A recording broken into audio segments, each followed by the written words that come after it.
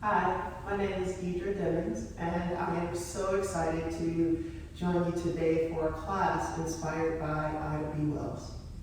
In this class, we will start in child's pose. So let's actually take our props to the side. You can bring your knees wide, have the big toes together, and then with the legs wide, big toes together, go ahead and stretch your arms forward to lengthen the sides of the body here. So in this class, we'll be working with some strengthening back bending poses. So while child's pose is often a relaxing pose, we want to see, can we activate the arms? So we're right away preparing the arms, the sides, and the upper back for the back bending practice. To do that, press your palms down and lift your upper arms away from the floor. With that firmness in the arms, take the thighs back and down and stretch your fingers and your arms forward towards the front of the mat. And then keeping this distance between the hands and the feet, lift up onto all fours. You can separate your hands as wide as the shoulders if they're not already. With the hands a little in front of the shoulders, knees a little behind the hips. Tuck your toes under and raise your legs up. Lift your heels first to lift the backs of the legs and the buttocks. So we want to prepare the arms and the legs for the length that we're working to bring into the sides. Preparing the arms and the legs, but also getting into the right alignment so that we're not pushing the back and sinking in the shoulder joint. So can you maintain that firmness in the arms, or the bottom side of the arms lifting, just like we did in child's pose? And then with that firmness, it's the lift in the legs, the lift in the hips that takes the sides up. And then exhale, release, come down. We'll rest in child's pose again. So feel here, it's a little easier to bring that firmness in the arms because the floor is right underneath the arms, so we can lift away from that. So again, press your palms down, lift the forearms, lift the elbows, lift the upper arms. And then with that lift, stretch your fingers and your arms forward to bring that length in the sides. We'll take downward dog pose again, keeping this distance between your hands and your feet. Lift up onto all fours. Tuck your toes under and raise your legs up. Maintain again that firmness in the arms, and then with that firmness, lift your heels, stretch the legs up, let the head and neck release between the arms. Now, with the head and neck quiet, can you press your hands like you're pushing away from the floor? So from the hands pressing, the arms stretch and lift all the way up through the sides. Keeping that length in the sides, press your thighs and your knees back. So the fronts of the legs move to the back of the legs to bring that full extension through the sides. And then here, bend your legs, walk forward towards the front of the sticky mat. You can separate your feet as wide as the mat, and we'll first activate the arms and the legs before going forward. So with your shoulders over your wrists, hips over your heels, press your hands, press the feet to stretch the arms and the legs. And then with that firmness, take the thighs back, and then pull your chest forward. With that length now in the spine, spread the elbows to take the sides of the trunk down. As you spread the elbows, let the head and neck release. Press the feet, pull the thighs up. As the fronts of the legs move to the backs of the legs, let the head and neck release fully. To come out of this pose, tighten the knees. Take your hands to your hips and press your feet to come all the way up. So here, stand on your mat with your hands to your hips. We'll first align the legs by bringing the weight back into the heels. And then with your weight in your heels, lift your toes to firm the knees and the thighs. Keep that firmness there as you press your heels down into the sticky mat. And as the heels press down, inhale, raise the sides up, roll the shoulders back, and then stretch your arms by your sides here. Balance the head and the neck straight.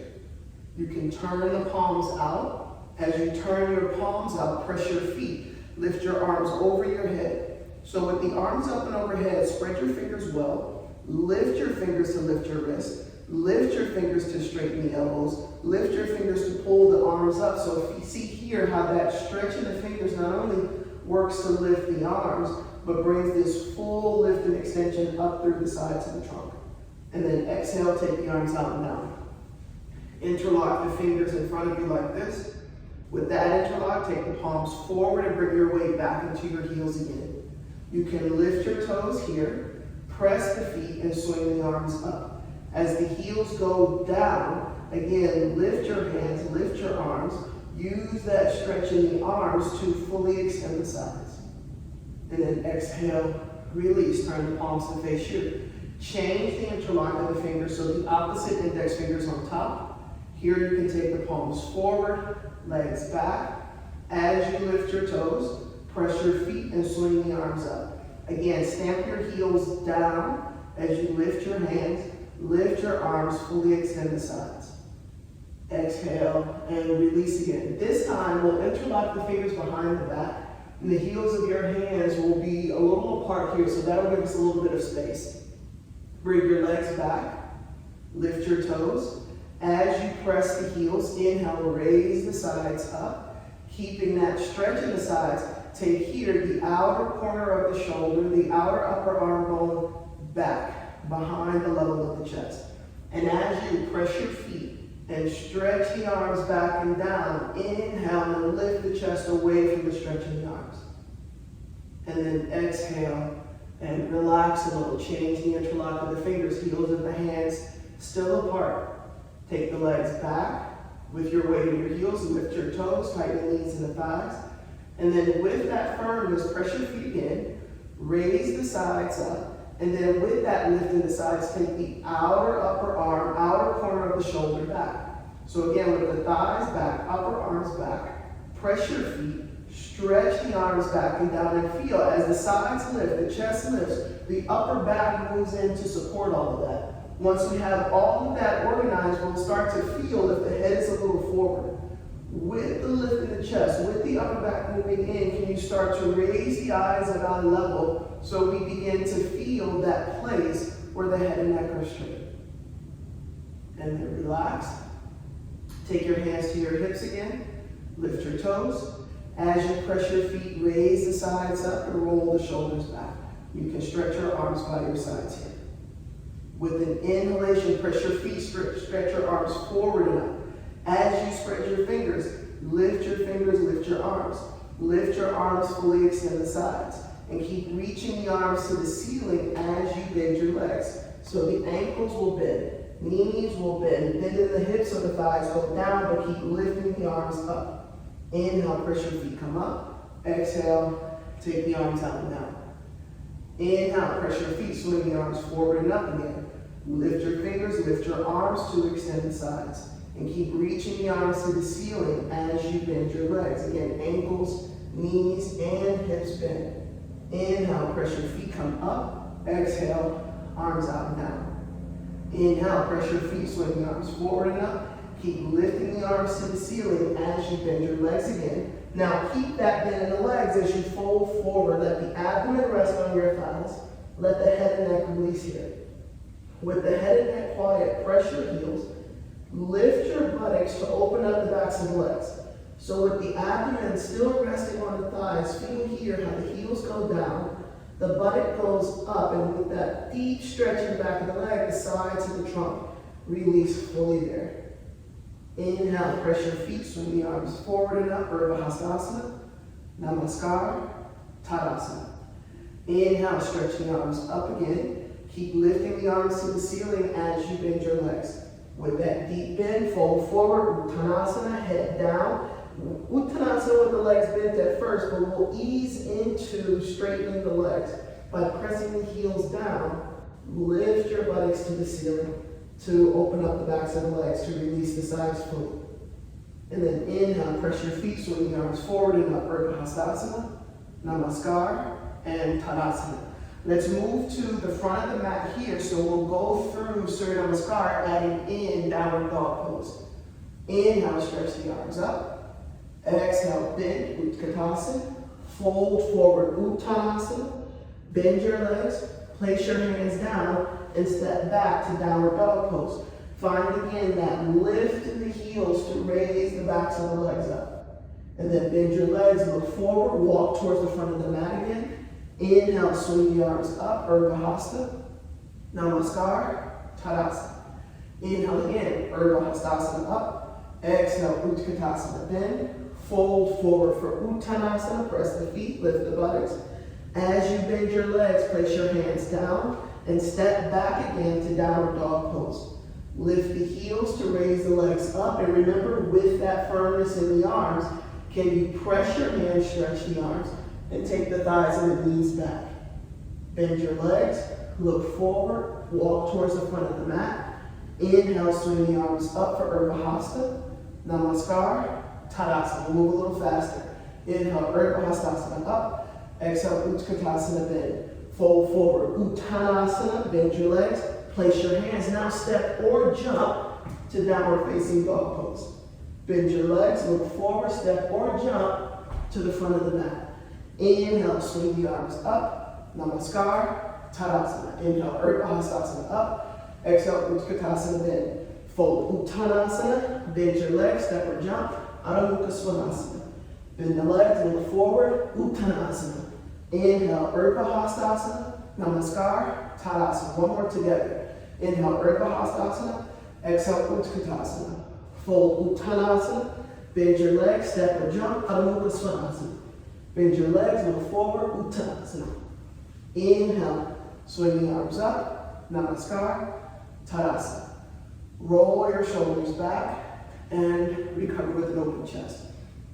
So the Sun Salutations, Surya Namaskar, moves a little faster. That works to build heat and also energize us, which is a great way to prepare for our next pose, which is also a part of Surya Namaskar. This is chaturanga dandasana. Chaturanga dandasana, four-limb staff pose. We will work with chaturanga coming up from the floor. So watch here. Lying down on my abdomen, I have my hands right beside my ribs so that my elbows are over my wrist. With my toes tucked, I'll walk my toes in towards my knees, and see here that in walking my toes in, how the muscles in the legs not only lift but come up. So I'm starting to firm and engage the muscles in the legs. Now you're seeing, along with this lift here, the buttock starts to roll towards the back.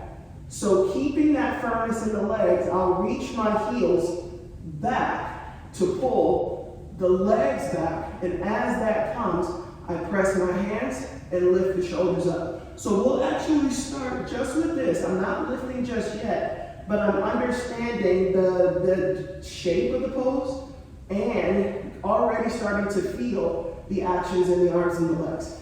So let's do that together now.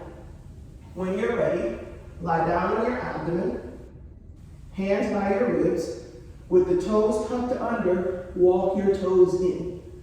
Walk your toes in so that you feel the muscles in the legs pulling up towards the hips. The knees and the thighs no longer touching the floor.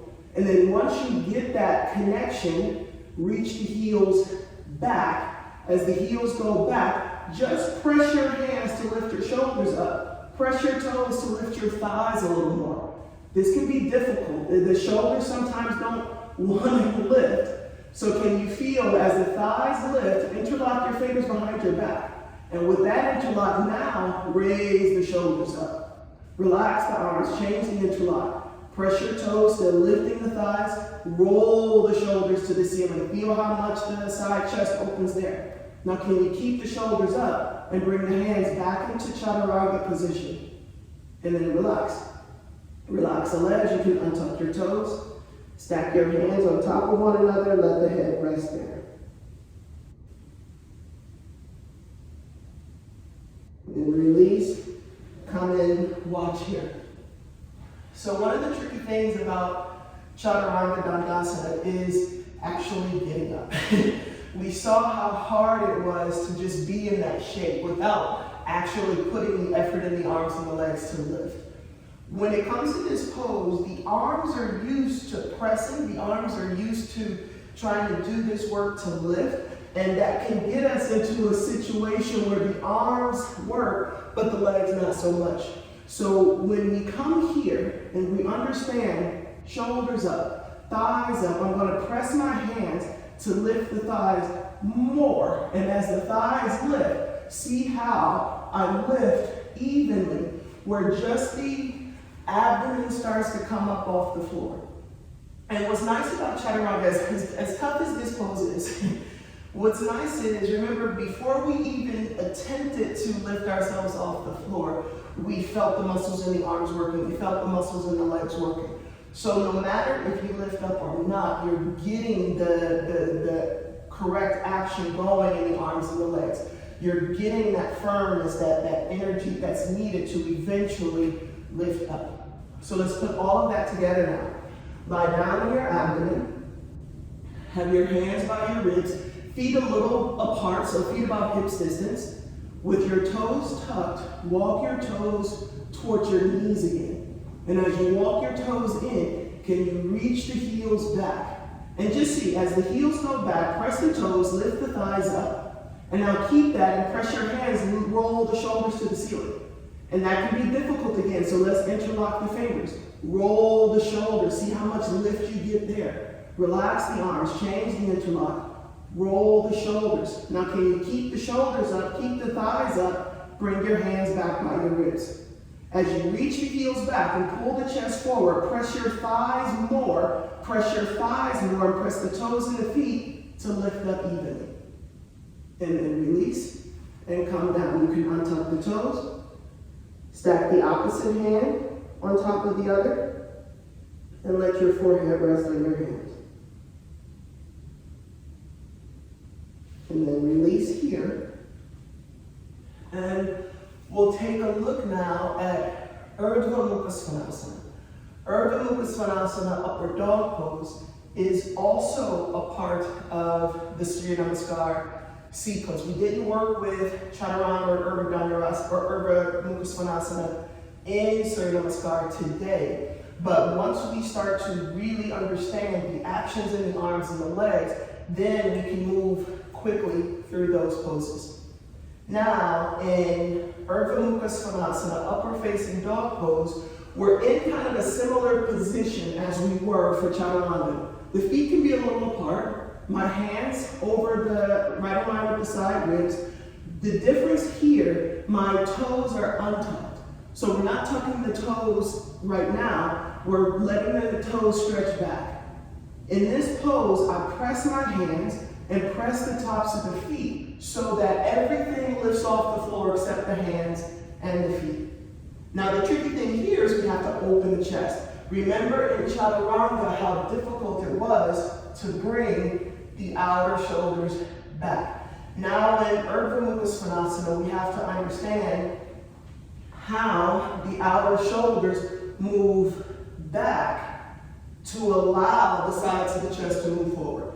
Because in this pose, it's a back bend. So we want to find that opening in the chest, that full extension in the spine, and it's the upper back moving in that supports all of that. So let's take this together. Come down onto your mat, untuck your toes, tops of the feet on the floor, feet about hips distance apart. With your hands by your ribs, press the tops of the feet, press the hands, and lift up. So again, just the hands and the feet on the floor. Can you here take the outer corners of the shoulders back, the whole upper arm back, and as the upper arms go back, pull the chest forward and up, and then release and come down. So we start to run up against some tightness there in the shoulders and the upper back, and that tightness can not only keep us from opening the chest, it keeps us from finding this beautiful release of the head and neck that allows not only the sides of the neck to extend, the front of the neck opens, but it allows the brain to release back. And the back bends are really amazing poses in how they kind of wash and cleanse the brain. And that can be so important when we are feeling overwhelmed, when we're feeling anxious, when we're feeling like we have been overworked and taken in so much information. That release of the head and neck, release of the brain gives this kind of wash. So you leave feeling refreshed and new. And so in order for us to eventually get that release to the head and neck, we have to find the upper arms moving back, so the sides of the chest move forward, and that brings the upper back into the body. So with the upper back in, then the head and neck can release as much as the upper back will allow. Without the upper back, see, there's strain. So we want to find that connection. So to do that, we'll give ourselves space. So watch, coming into urdhva mukha, I'm going to bend my knees a little, even bend my elbows. Now with this bending the knees and the elbows, I can lift the upper arms, just like we were able to lift the upper arms in this position earlier when we were standing. So here, I get that, I bend, lift. Now I can roll the shoulders back and pull the chest forward. And I'll do that again. I'll relax and bend, shrug the upper arms to lengthen the sides, take the outer shoulders further back, sides of the chest further forward, and then now once I get the chest open, I press the feet to lift the legs, press the hands to stretch the arms. With all of that together now, I release the head and neck. And then we'll come down. Let's do that together now. So lie down on your abdomen, hands by your ribs, feet a little apart. When you're ready, press your hands and feet and come up. So we might see we come up, the shoulders are a little forward, and it's difficult to open the chest. So bend your knees, bend your elbows. Now can you raise the sides up, take the shoulders back, upper arm bones back, and sides of the chest forward. And re-stretch the arms there. Now relax, bend the elbows again. Take the outer shoulders further back, sides of the chest further forward. Now can you keep the upper arms back, keep the chest open. As you press the feet, press the hands, and come up. With the chest open, now let the head and the neck release. And then release. Come all the way down. Rest your head.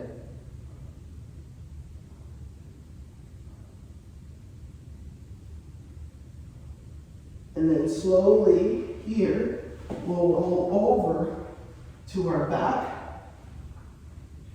And here we'll take Ekapada Padimuktasana, which is a nice recovery from the back bends. So take your right leg into your chest. That right ankle can relax. I'll roll the left leg in, spread the toes, and reach that left leg out.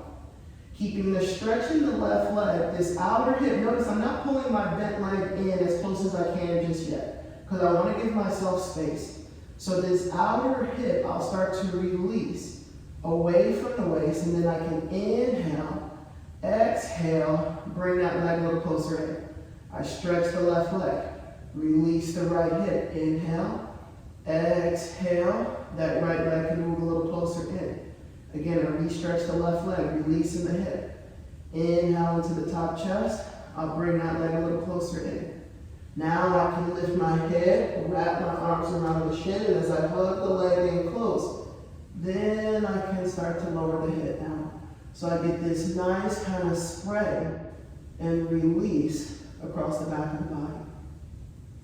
And then we'll release here, stretch the right leg out, and take the left leg into your chest. Not hugging that left leg in super close just yet. Let the weight of the leg rest in your hands and roll the right leg in.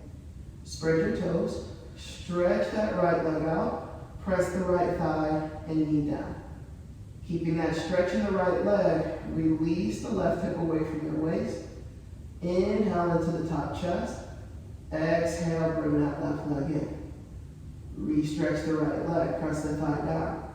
Inhale, lift the sides. Exhale, hug the left leg in.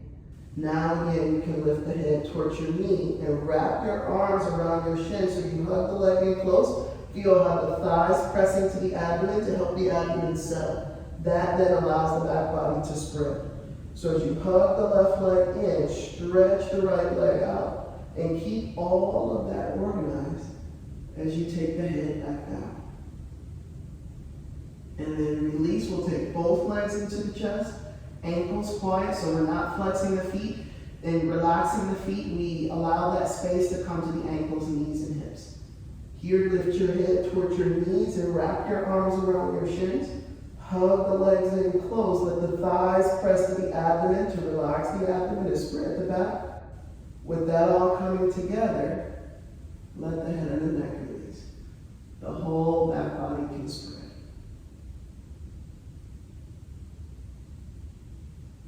And then release. We'll roll to the side and lift up. And we'll lift up just to take a block and take supported bridge pose here. For supported bridge, you can lie down on your back. Take the brick on any height that works for you, the low, middle, or tall height. Pressing the feet will lift the hips and bring the brick underneath the center of the buttocks. So the brick is not on your lower back, but right on the center of the buttocks. You can hold the sides of the sticky mat here. Roll the shoulders so that you're standing on the tops of the shoulders. Here now, the brick is supporting us to have this nice stretch through the sides, the opening in the chest, and the upper back coming in to support all of that. Let the head and neck release. Soften and relax the muscles on your face. Take some deeper breaths here, deeper inhalation to open the chest, to let the front ribs expand upwards and outwards. A more complete exhalation to relax and release yourself. Let the whole body become quiet here.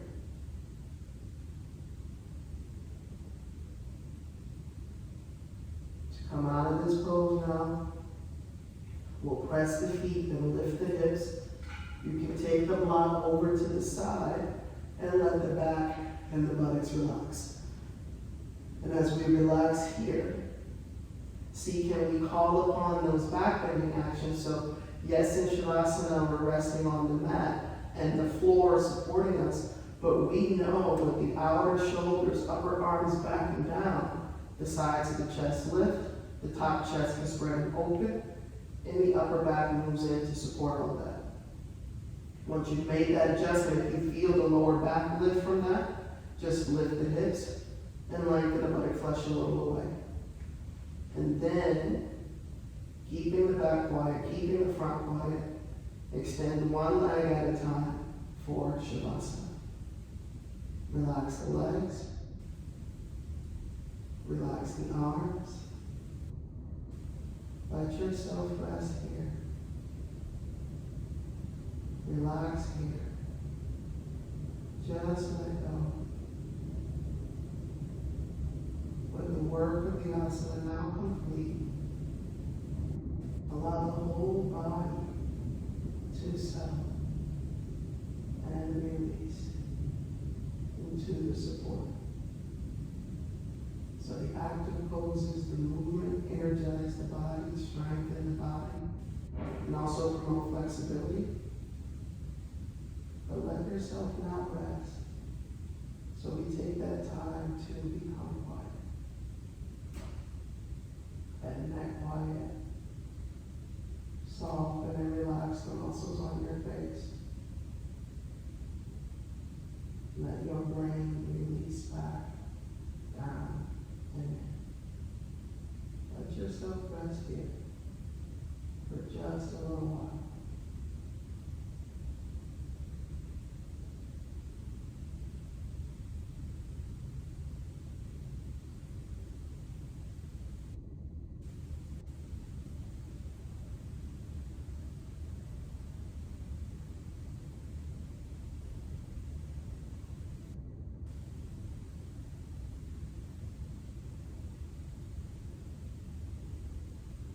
Slowly begin to bring awareness back to your breath.